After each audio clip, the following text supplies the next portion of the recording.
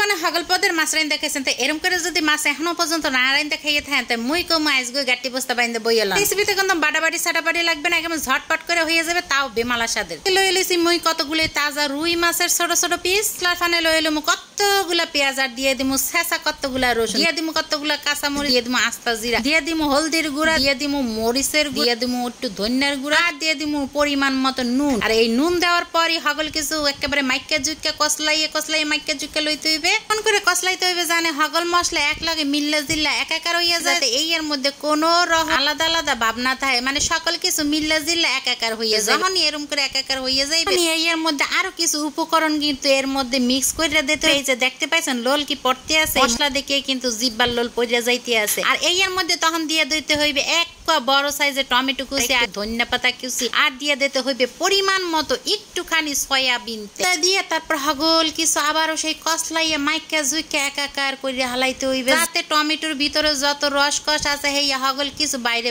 হইয়া হেইয়ার পর মাছগুলারে লইয়ে লইতে হইবে। হগল মশলাপত্র দিয়ে মাছগুলারে একেবারে সাজাইয়া গুজাইয়া মেকআপ করে হালাইতে হইবে, মানে কোনো কিছুই যেন বাদ পড়ে না যায়, মশলাপত্র এরকম করে মেকআপ করে লইতে হইবে। মাছগুলারে হগল মশলা দিয়ে ছাড়াইয়া দৌড়াইয়া যাইতে হইবে তেলের মধ্যে, কাট করে ছাইড়া দিতে হগল মাছটি পকাত চকাত করে ছাইড়া দিতে হইবে তেলের ভিতরে। মাছের এক পাশ সুন্দর মতো করে লাল লাল হইয়া যায়, তখনই যে মশলাপত্র আমাগো আছে হেইয়া মাছের সাইড দিয়ে সুন্দর মতো মিশাই দিতে হইবে। মশলার আনাসে কানাসে ফাঁকে ফোকরে হগল পাশ দিয়ে মশলা একটু সাইড করে খুন্তি দিয়ে চাইপে চুপে ঢুকাইয়া তু দিয়ে দিতে হইবে। আর নাড়ানাড়ি না করে এই কিন্তু সুন্দর মতো ভাজাভুজি করে লইতে হইবে। তখনই অপর পাশের মাছের যে সাইডটা আছে আর এই যে মশলার সাইডটা আছে ভাজা হইয়া যাবে, আলগোস্তে মাছগুলার একটু আদর সহকারে উল্টাই পাল্টাই দিতে হইবে। যদি বেশি হস্তনের মতো গুতাগুতি করতে যান কিন্তু মাছগুলারে ভাঙ্গে যাইতে পারে, তখন কিন্তু মরে ইয়ে দোষ দিয়ে কোনো লাভ। দেখছেন মাছগুলা সুন্দর করে উল্টাই দিছি, মশলাগুলারও একটু লাইরে সাইডে একটু উল্টাই পাল্টাই হগল ভাবে কিন্তু নাড়াচাড়া দিয়ে মিশাই সুন্দর মতো থুইয়া দিছি। হেইয়ার পর যে মগো প্লেটের মধ্যে